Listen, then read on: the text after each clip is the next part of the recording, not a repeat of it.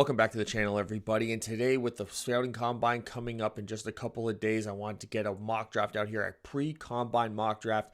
I'm going to sort of work through some players I think might have some good performances and could help their draft stock throughout, and sort of see guys that can potentially sneak into the back end of the first round here, right before we get to the biggest time for college football players, where their stock goes up and down, it fires up, fires down, they blow away people in the draft community, and people start to overthink things altogether. And I'm also going to use some of the free agency rumors that are out there, some of the cut casualties that could potentially be out there to sort of shape what I do here in the first round. There's not going to be any trades or anything like that that are reflected in the first round. You know, there is the Justin Fields situation. I think he's going to get traded to the Pittsburgh Steelers, so I sort of went on that assumption there. I think Pittsburgh could potentially trade a third-round pick this year and then a pick next year that could be as good as a second-round pick. I think that's going to be the value for Justin Fields based upon the fact that he has to get paid soon. And then there's some free agency moves that involve other veteran quarterbacks, Kirk Cousins and Russell Wilson. I think one of those guys will not be on the team that he's currently on. I don't know that it changes their first-round strategy all that much, at least not for me. But I will say, let's say Kirk Cousins, because he is a free agent, you know, it's going to be a rough road to be able to try and cut Russell Wilson. Kirk Cousins on the Atlanta Falcons, going there getting Kyle Pitts, Bijan Robinson, Tyler Algier, Drake London, whoever they can bring in potentially in free agency as well. Kirk Cousins, plant him in Atlanta. And that's sort of all the housekeeping to do right before we get into it. So let's get going. We're going to do 8 picks at a time. Let's go. So you're going to see a lot of people overthink these first 4 picks, but the first 4 picks are pretty much locked in when you really think about it. Like the Patriots, unless they get some veteran like Russell Wilson or Kirk Cousins, it's going to be Jaden Daniels, Drake May, Caleb Williams as the first 3 quarterbacks off the board. And then the easy pick there for Arizona is Marvin Harrison Jr. They won't be trading out of that spot and letting someone else get Marvin Harrison Jr. They're going to take a wide receiver 1 for Kyler Murray. So all this this team should just trade up and get Marvin Harrison. That's not going to happen. None of these teams are going to really leave that spot.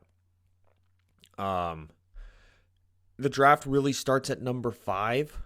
With the Chargers, and it's Dallas Turner out of Alabama. Usually people are not going edge rusher, but when you look at the reports that Mack and Bosa are potentially both gone, this makes a lot of sense. And you also look at the way that Jim Harbaugh built his teams previously.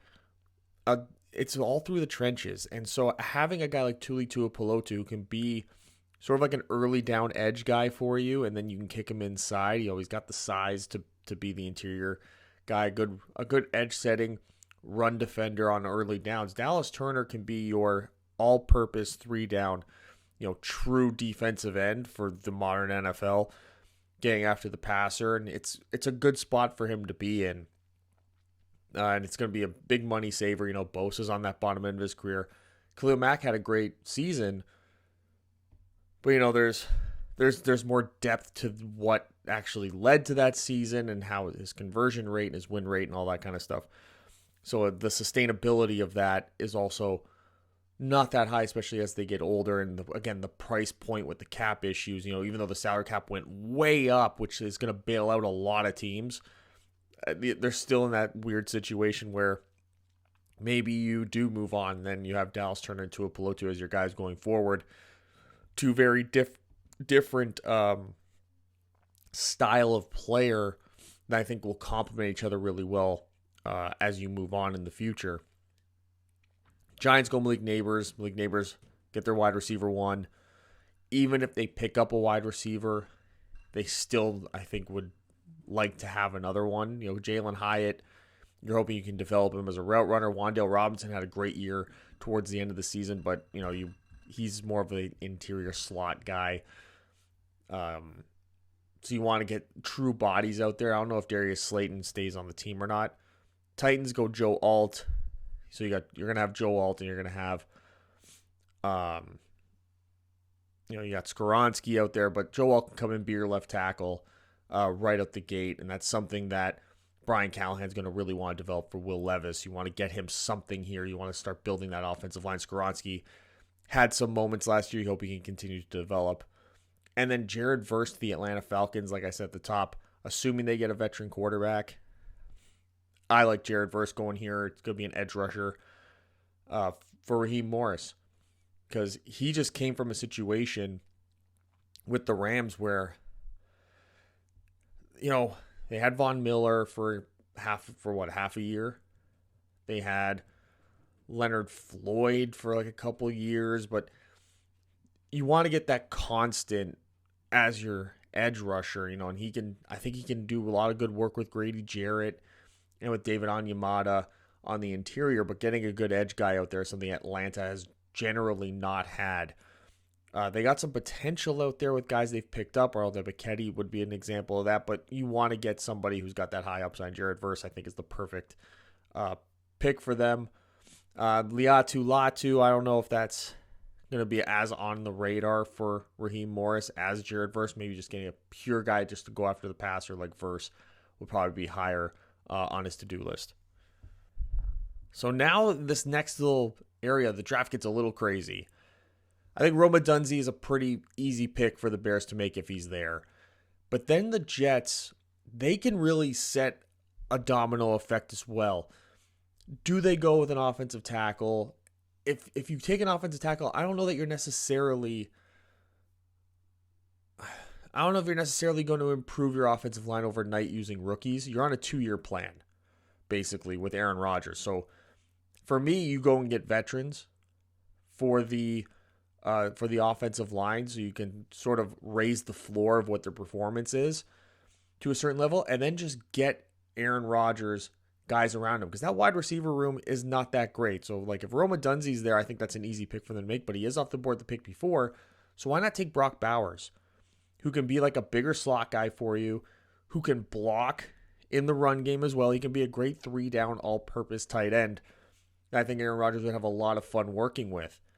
Then we get the run of quarterbacks here. And we talked about, this is pre-combine. So I'm looking at J.J. McCarthy and Bo Nix. I think these guys in particular, Bo Nix because of his experience in college and how he was able to go from one style at Auburn all the way to Oregon and change his completely different system, completely different playing style, and still thrive there.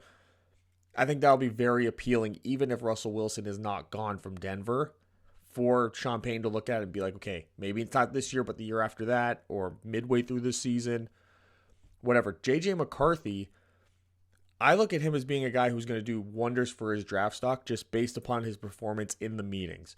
He's coming off of an entire college career with Jim Harbaugh, who guaranteed drilled into his head in the film studies his abilities to identify defenses. He just was in an offense in college that ran the ball a lot with Corum and Donovan Edwards and all that.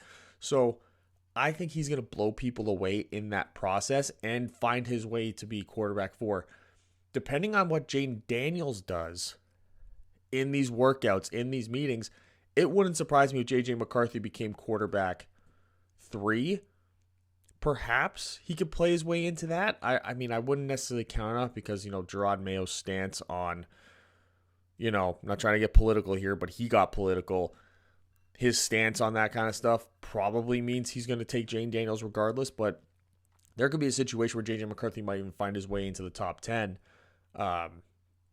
because of the mental aspect of the game that I think he's going to blow people away with.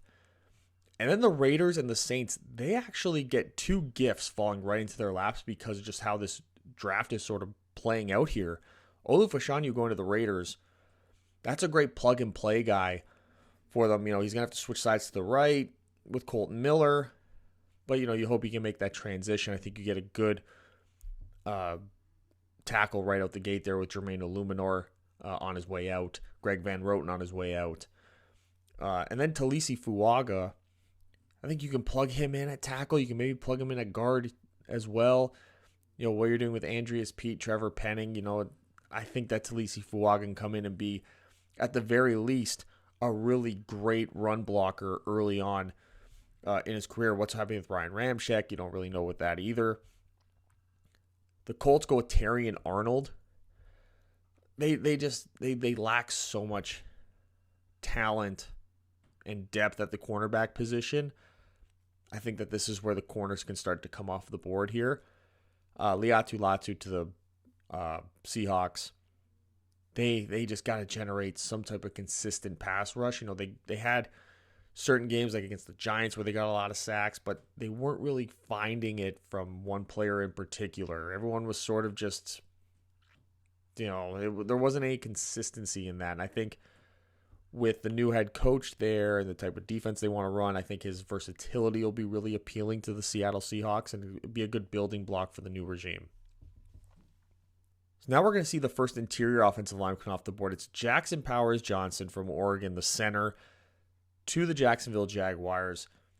People are assuming wide receiver, but I'm looking at the fact that Luke Fortner, who I actually really liked, just has had 2 horrific seasons as the center there. And get somebody in there. This Jackson Powers Johnson is a really great center right now in college, and I think you can plug him in there as a starter right away and help solidify that offensive line that's sort of just harboring on mid-level ability. Then you got the Bengals coming in, drafting J.C. Latham. This is your right tackle. Orlando Brown at the left, Latham on the right. The Rams, and they get Troy Fautanu. He's a tackle at Washington. He can play guard. This is just about getting your best 5 guys on the field. Joseph Noteboom didn't play great. Alaric Jackson did, so there is that. But get a group together where you can put your best 5 out there. They got Quinion Mitchell to the Steelers. Now, generally, I like to go wide receiver here. I do think that wide receiver is going to be a priority for them in this draft. But with the corners falling the way that they are, I feel like they're going to jump in on that corner class and get a guy who could be potentially cornerback 1 for them, which is Quinion Mitchell, play him opposite Joey Porter. Armarius Mims coming in to the Dolphins. He is a right tackle, and Austin Jackson did just get an extension. But you got Teron Armstead, who's constantly injured. I know Mims is right tackle. You can probably use this to off-season, this training camp, and even throughout the season when Armstead is still healthy, teach him how to play left tackle. And then you might have a smoother transition away from Armstead once he retires or whatever, or when he's injured. Eagles go Nate Wiggins. Easy pick. Take a top corner. I think that's going to be really where they go in the first round. They could even possibly trade up depending on how the corners start to fall. Then we got Johnny Newton going to the Texans. Continue to build the defensive line. D'Amico Ryans, with Will Anderson, now with Johnny Newton, you can get a good edge interior combination there. Graham Barton to the Cowboys. This is a guard. He's tackle at Duke. He's going to play guard. And Tyler Smith will kick out to left tackle. That's a pick I like to make usually for the Cowboys as well. Cowboys and Texans are generally pretty easy teams to pick with how the board starts to fall.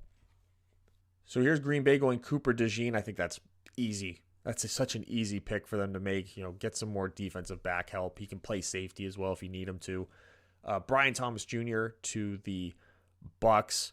Even if you do bring back Mike Evans, I think you need to keep improving that wide receiver room. Byron Murphy, the defensive tackle out of Texas. Now, him falling this far, he might go a lot sooner than this, depending on how he performs. I just don't know that the high demand of interior defensive linemen will be that high unless he just has the most incredible workouts. I do think that position will start to drop a bit. Keon Coleman to the Buffalo Bills. I think that they are going to go wide receiver in the first round. Gabe Davis is a free agent. He's probably gone. And even if you keep him, Khalil Shakir really came on at the end, but he's more of that. We talked about Wan'Dale Robinson earlier. Shakir is sort of a similar type of player to that. So you want to get a Keon Coleman who can be a great deep threat, contested catch guy for Josh Allen, who, he's got that cannon of an arm, to get a guy out there that can win some contested catches deep down the field, I think is an invaluable thing to have and can help take this offense to the next level. Kool-Aid McKinstry falling all the way to Detroit here at 29. I think he's a really good player. It's just seemingly like these other guys are starting to come up above him. So I think the combine and his workouts are going to be really important for his draft stock. Enos Rakestraw Jr., I think, is going to benefit from Baltimore's need for cornerbacks. Outside of Marlon Humphrey, Ronald Darby was out there. They want to get somebody in there that they can probably hopefully develop. And they've been really good at developing defensive backs in general over the last couple of years. Jordan Morgan to the San Francisco 49ers. That's your right tackle moving forward. And then I got T'Vondre Sweat sneaking his way into the first round. Just because, man, Kansas City, the way the cap went up, I think that's going to really bail them out. They're going to be able to keep Chris Jones and L'Jarius Sneed. But even in that situation, get a guy like T'Vondre Sweat, 350, can be a great nose tackle. They like to put Chris Jones on defensive end on early downs. They like to move him around. T'Vondre Sweat can come in, be a great space eater, help out with those linebackers who played great, and actually maybe improve this defense in a way that was already playing really great football, and be a great complement to what you have in Chris Jones on on those third downs. You can keep him on the field still, and on early downs he can sit there and be that nose one tech, and you have Chris Jones playing defensive end even. Like, there's just so many possibilities you can have here, and I think T'Vondre Sweat is going to be somebody that's going to potentially kind of like a Morgan and Rakestraw that you saw the last 3 picks sneak their way into that first round at the back end. And there you have it, my pre-NFL Combine mock draft. Let me know what you think of what I did with your team. Let me know if you think about the guys I had sneaking into the first round. I had some teams doing a little bit of different things here than I think you'll see most people doing. And that's the thing about the NFL draft, man. There's always going to be that team that reaches for somebody. There's always going to be that team that picks somebody outside of a positional need or whatever there is, because free agency is a thing right now. Or don't forget it. I know some of the comments are going to be like, it's not their top need. Free agency is still a thing, boys. And I will see you guys next video next time.